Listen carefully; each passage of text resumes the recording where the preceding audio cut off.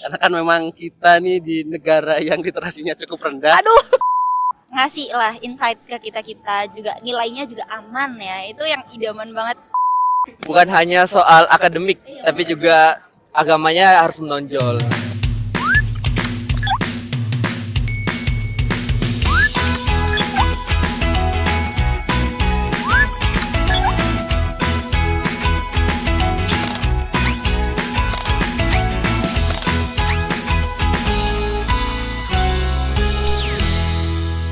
Halo teman-teman semuanya, balik lagi di Bosan Magar, jadikan harimu semakin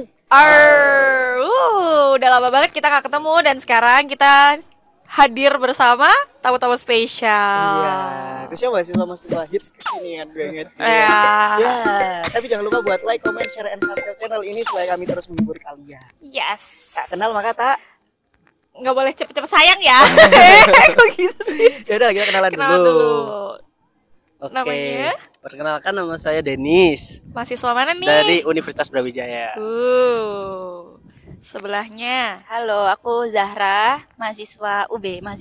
Oke, salam kenal Zahra dan Denis. Satu lagi. Halo, aku Hisam dari UIN. Uin Maulana Malang, Malik Uin Ibrahim. Malang, iya. Ya, oke, Uin Malang. Regin dari mana Regin? Aku dari rumah.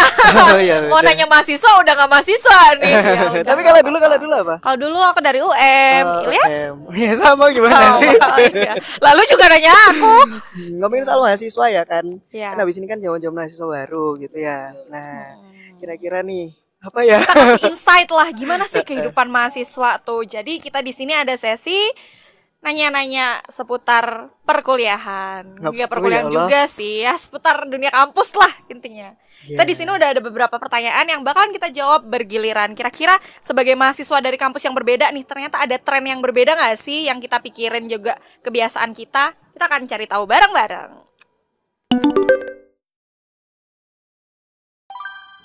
Oke, pertanyaannya adalah mahasiswa yang toksik tuh kayak apa sih? Mulai dari siapa nih? Dari UB. Dari UB udah bawa kampus. Oke, ya menurut saya kalau mahasiswa toksik sih ya mahasiswa yang banyak omong tapi nggak pernah ngerjain tugas ya. Wih. Gitu. Apalagi kalau tugas kelompok kan ada tuh mahasiswa yang cuma setor nama aja. Nah itu menurut saya sih mahasiswa toksik sih. Kalian yang kerja, aku Karena- yang kelompok. Betul. Ih. Nilainya sama tapi dia nggak pernah kerja gitu. Jadi jangan ditiru teman-teman kayak gitu. Kau Ilyas. Aku langsung. Iya. Sebenarnya toksik sama enggak itu tergantung sama diri masing-masing sih gitu ya. Iya. Kadang kita bisa memanage itu jadi kayak ya udah biasa aja gitu. Tapi kalau toksik menurut aku ini sih yang di depan baik tapi di belakang ngata-ngatain gitu loh. Jadi kayak gimana gitu loh. Parah sih. Parah. Parah sih. Parah banget. Oke, Kata next. main-main, wow. Hisham, dari Hisham mungkin. Kalau dari aku bukan hanya orang lainnya yang toksik, mungkin toksik ke diri sendiri juga, kayak nge-push diri sendiri buat kerjain tugas terus sampai lupa healing. Nah itu juga toksik buat diri sendiri. Oke, jadi termasuk salah satu mahasiswa toksik tapi contohnya diri sendiri gitu Iya. ya. Oke, buat kalian berarti jangan nge-push, meong aja. Tetap healing. Oh, healing, oke. Mungkin kalau dari aku yang ini sih masih di lingkungan kampus tapi gak bisa jaga kata-katanya. Maksudnya kayak kasar mungkin bisa itu. Kan padahal masih di kampus nih, masih yang apa ya, lingkungannya berpendidikan, betul. Oke. Nah, itu yang gitulah. Iya. Iya. Kasar. Tuh mahasiswa yang toksik tuh yang apa ya, bisa dibilang kalau sekarang so asik. Kayak kamu kalau nggak ngikut tren aku, kamu nggak gaul nih. Padahal kadang dia yang nggak masuk gitu loh sama circle kita, sama kehidupan bermahasiswa seharusnya kayak gimana. Kayak misal ya itu tadi yang tugas nggak ngerjain, terus dia sibuk nongkrong mulu atau lain sebagainya. Setiap orang punya kesibukan, tapi kan tetap harus ada priority ya, karena jadi mahasiswa tuh udah pilihan kita. Nggak semua orang punya privilege buat jadi mahasiswa. FOMO sih. norak lah ya. Jangan so asik lu. FOMO norak gak sih? Kan gak sesuai sama. Iya bener, FOMO banget jadi orang. Lanjut. Oke, next question. Oke, selanjutnya mahasiswa yang keren itu menurut kamu kayak gimana sih? Zahra? Mungkin contohnya temanku ya, ada dia yang aktif organisasi, tapi di kelas pun masih oke banget. Kalau misalkan presentasi tuh dia, kalau kita nih kadang-kadang masih buka-buka HP gitu. Nah dia enggak, kalau misalkan jelasin langsung aja apa yang ada di otaknya. Jadi itu menurut aku keren sih, keren banget. Public speaking oke, Ota juga oke gitu ya. Insya Allah. Isam. Kalau dari aku mungkin sama ya, yang jago public speaking, terus pengetahuannya luas, open minded. Wah, itu teman-teman idaman sih kalau ketemu seperti itu. Dennis dulu deh. Kok gitu? Ya Oke, udah. mahasiswa keren sih menurut saya, mahasiswa yang suka membaca buku ya. Karena kan memang kita nih di negara yang literasinya cukup rendah. Aduh. Nah, apalagi mahasiswa ya. Biasanya waktu kita nih habis buat nongkrong. Nah, sedangkan ada mahasiswa-mahasiswa keren di luar sana yang kemudian masih suka membaca buku dan kemudian diaktualisasikan dengan tulisan-tulisan yang sangat keren gitu. Sering ikut lomba, terus juara sampai tingkat nasional dan menjadi mahasiswa berprestasi tingkat nasional. Itu menurut saya menjadi mahasiswa keren sekarang gitu, karena nggak semuanya bisa melakukan itu dan nggak semuanya mampu untuk kemudian membaca buku dan kemudian dituangkan dalam karya-karya ilmiahnya yang sangat luar biasa gitu sih. Sangat inspiratif. Dennis, quotes of the day. Ragin. Kalau menurut aku mahasiswa yang keren tuh mahasiswa yang multi talent. Dia nggak cuman berbakat di akademisnya, dia juga aktif keorganisasian, dia bahkan mungkin juga aktif cari cuan gitu ya. Jadi kayak semua itu ibaratkan apa ya, kalau udah kerja tuh work life balance. Kalau ini tuh apa ya, college life balance gitu loh. Kayak kuliah iya, jago, bagus, public speaking juga jalan, kompetisi juga jalan. Kayak waktu tidurmu tuh berapa jam, Mas, Mbak? Tapi tetap bisa keren. Ngomongin diri sendiri ya. Amin. Tapi udah bukan mahasiswa ya. Ya sih kalau aku sih sama ya, sama gitu, organisasi jalan, akademik jalan, non akademik jalan, terus uang juga jalan, itu harus penting gitu ya, gitu. Tapi yang paling penting yang keren adalah dia bisa menerima diri sendiri dan bisa mengaktualisasikan diri di balik keterbatasan dan juga kelebihan dia. Itu sih. Pertanyaan selanjutnya. Oke. Nih yang seru nih. Kriteria dosen idaman. Dosen idaman kayak gimana? Mungkin yang ini sih, yang tetap menjelaskan, kayak materi-materinya itu tetap dijelaskan, nggak dilepas banget mahasiswanya, tapi juga ngasih lah insight ke kita juga, nilainya juga aman ya. Itu yang idaman banget, nilai aman itu. Yakin nih bukan yang nggak jelasin, nggak masuk kelas tapi dapat nilai bagus. Ya. Tapi aku setuju sama ini sih. Kan udah bayar UKT mahal-mahal, masa iya ditinggal? Iya. Kalau versinya Hisam, Win. Kalau dari aku bukan hanya dosen yang masuk pertama terus bagi kelompok presentasi, bukan hanya itu. Tapi juga ngasih insight juga. Selain itu pas di luar jam pelajaran juga ngasih pembelajaran buat kita, public speaking atau apa, itu juga bagus. Soft skill juga gitu ya. Waduh, mantap. Nice. Wow, versi aku nih. Kalau versi aku, dosen-dosen yang bisa membimbing dan juga kooperatif untuk apa ya, untuk berkembang bareng mahasiswanya. Karena apa ya, kita kan juga butuh ilmunya nggak cuma dari bangku perkuliahan doang. Kadang kita diajakin ikut penelitian atau mungkin beliau-beliaunya ngasih perhatian secara khusus kalau kita punya masalah personal. Menurut saya pendekatan-pendekatan itu yang sulit didapetin di dunia perkuliahan, dan itu penting banget ketika kita dapetin dari seorang dosen yang ibaratkan jadi orang tua kita gitu di dunia perkuliahan. Itu sih idaman. Idaman banget sih, sampai jadi tempat curhat. Siapa tuh? Iya. Ayo Ube, Dennis. Oke, dosen yang kriteria dosen ya. Oke, kriteria dosen yang keren menurut saya adalah dosen yang memberikan kabar ya, memberikan kabar. Nggak suka di ghosting sih ke Dennis. murid-muridnya, karena rumah saya kebetulan jauh gitu. Jadi mohonlah Bapak dosen kalau memang tidak ada kelas atau sedang ada agenda lain ya dikabarkan gitu ya. Jangan hamin 1 menit gitu ya baru dikabarin tidak ada kelas gitu. Nah, yang pertama dosen yang berkabar, kedua juga dosen yang menjelaskannya dengan sesuai bahasa kita gitu ya. Kan ada dosen yang bahasanya tinggi banget gitu, kadang juga nggak nyampe ilmunya karena memang masih mahasiswa dan secara tata bahasa juga kita kurang kayak gitu, masih belajar juga. Jadi itu sih dosen yang menurut saya baik gitu.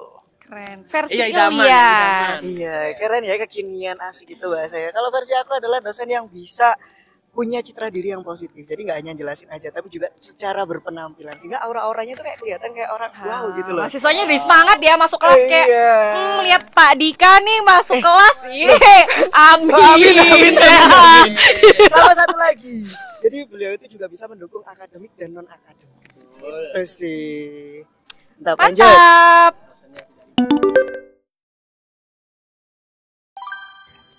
Jika balik ke masa maba, apa yang bakalan kalian ubah? Siapa dulu nih? Denis. Oke. Kalau maba pengen saya rubah jurusan saya. Ya. Karena saya termasuk yang menyesal ya masuk jurusan sekarang. Jadi mungkin buat teman-teman maba karena mungkin masih agak bisa lah. Kemudian untuk teman-teman benar-benar tahu nih mengenai jurusan dan prospek kerjanya seperti apa dan nanti matkulnya seperti apa gitu. Karena itu sangat penting ternyata teman-teman buat masa depan. Jangan menggampangkan gitu ya. Yus pokok mau ini kayak gitu. Tapi benar-benar di riset jurusan mana yang itu sesuai sama diri teman-teman kayak gitu. Next, Hisham. Maba Uin ya, Maba Uin pasti mahat. Jadi kan, Uin pasti mahat. Jadi mungkin lebih rajin lagi di mahat gitu kan. Kalau soalnya aku dulu di mahat, ya sering gitu kan. Jadi mungkin lebih rajin lagi. Dan mahat nggak seburuk yang orang-orang bilang. Jadi Mbak Zara? Padahal mahat menimba Kalau dari ilmu aku loh. mungkin karena aku lulusan corona, jadi ininya apa? Kalau mau ospek, nah ya itu online, jadinya itu sih yang ya pengennya offline. Seru sih emang. Sekali seumur hidup kan. Iya, Jadi harus kalau Ilyas? PKKMB offline ada. Apa yang mau PKKMB lagi? diubah? Jadi panitia aja. Boleh tuh. Nggak mau juga sih dari panitia pusing. Oke, Kalau Ilyas? apa yang mau diubah? Sebenarnya nggak ada ya, udah nerima. Iya. Iya. Nggak sih, tapi kalau secara pribadi mungkin boros kali ya. Gitu. Boros. Kita harus bisa memanajemen Oh, lebih uang. hemat. Iya. Kalau aku masa maba kalau pengen diubah, aku pengen bisa lebih aktif penelitian sih, karena baru berasanya tuh pas udah akhir-akhir. Kalau udah terbiasa dari maba tuh enak banget kayak skripsian dan lain sebagainya udah kebiasa. Itu aja sih. Tapi overall, it's a great days of college. Oke. Apa yang bisa kamu banggain sama nama kampus kamu? Apa yang bikin bangga? Ya, Brawijaya setiap tahun diminati banyak mahasiswa baru, guys. Jadi Kontributor. bisa 15.000, 16.000 orang daftar ya di Brawijaya dan menunjukkan bahwa Brawijaya itu sangat diminati oleh teman-teman mahasiswa baru. Kontributor kepadatan Kota Malang. Betul. Halo Kalau Brawijaya. nggak ada mahasiswa itu nggak ada kafe-kafe kayak gini. Gitu. Oh siap. Lagi BB. Mungkin nyambung sama tadi terkenal udah kayak di mana UB pasti tahu UB. Karena Uin ya, jadi bukan hanya soal akademik, tapi juga agamanya harus menonjol. Nah, itu Uin. Kalau UM yang bisa dibanggakan adalah mencetak calon guru idaman sekaligus menantu idaman. Ya, takut siapa tuh? Aduh, udah kamu ambil semua, aku bingung apa. Ya udahlah, bagus, udah sama. Apa sih? Lanjut. Next question. Satu kata yang mencerminkan kampus kamu. Kalau UM mendidik, bukan mendadak ya. Win. Mahat. Oke lah. Apa ya? UB. UB apa ya? Keren deh. Keren. Bayar berapa nih? Ayo UB lagi. Oke, kalau UB satu kata MMD. Nggak tahu ya, mahasiswa membangun desa. Program andalan UB sekarang. Hidup Pak Rektor ya. Nah, aku pikir membangun rumah tangga. Kalau aku sih apa? UM inovatif lah. The learning innovation. Ya, kan itu. Ya, bawa-bawa moto. Oke, Lanjut. next question. Oke, kita udah bahas tentang kampusnya, kita bahas tentang alumninya. Alumni siapa sih yang bikin kampus kalian bangga? Win. Kalau dari Uin ada wali kota Kota Malang, Pak Setiaji. Nanti kedepannya Hisam yang jadi alumni kebanggaan. Amin. Mantap sih. Mantap. Soon to be, ditunggu ya. UB. Ini ada presenter di TV One namanya Putri Viola. Boleh nih. Semoga nanti sih. UB lagi. Oke, selanjutnya dari UB ada Dokter Gamal ya. Dokter Gamal Al bin Said. Nah, beliau kan sekarang jadi tokoh yang sering berseliweran di Malang. Ada sering banner ini pengajian. Beliau dokter ustadz kayak gitu. Jadi salah satu alumni yang cukup diperhitungkan di kalangan milenial seperti itu. Inspiratif lah ya gitu. UM, siapa UM? Woi, UM. Dulu, ntar aku ambil kamu ngambek. Enggak, kalau aku kebanggaan semua pasti tahu sih Bayu Skak. Iya. Komedian, terus habis itu film-filmnya juga bagus, karyanya banyak. Menunjukkan kalau UM tuh bisa berkarya. Betul. Lanjut pertanyaan selanjutnya. Ilyas belum jawab. Ada lagi. Banyak kan gitu. Tapi salah satunya yang kepikiran banyak sih juga. Oh iya. Itu ya Ikatan Cinta ya. Iya. Arya Saloka. Dia bener-bener orang yang bener-bener tahu teater banget sih. Teater. Iya dong. Iya. Iya teater. Lanjut. Drama dan dunia acting. Next. Last, pesan buat maba dari Hisham. Untuk maba UIN dinikmati mahatnya karena mahat sekali seumur hidup. Woi. Mahat gak seburuk itu. Mungkin dari aku nikmatin dari sekarang masa kuliahnya biar kedepannya kalian enjoy gitu. Ya, kalau saya tetap semangat sesuai dengan teman-teman dan juga jangan suka bolos buat teman-teman mahasiswa baru karena itu bakal berpengaruh ke depannya seperti itu. Asik. Sadari, pahami, kenali potensi diri. Waktunya eksplorasi karena waktunya juga kalau mahasiswa mengaktualisasi diri. Full of quotes, aku bingung mau ngomong apa. Buat mahasiswa baru, manfaatkan privilege kalian sebagai seorang mahasiswa, explore diri kalian sedalam dan sebanyak mungkin, dan manfaatkan relasi. Karena momen-momen itu yang mungkin kalian gak bakalan dapetin juga nanti di dunia kerja. Jadi optimalin pas kalian mahasiswa. Jangan jadi kupu-kupu doang. Oke, itu adalah pesan-pesan untuk maba dan juga dunia perkuliahan.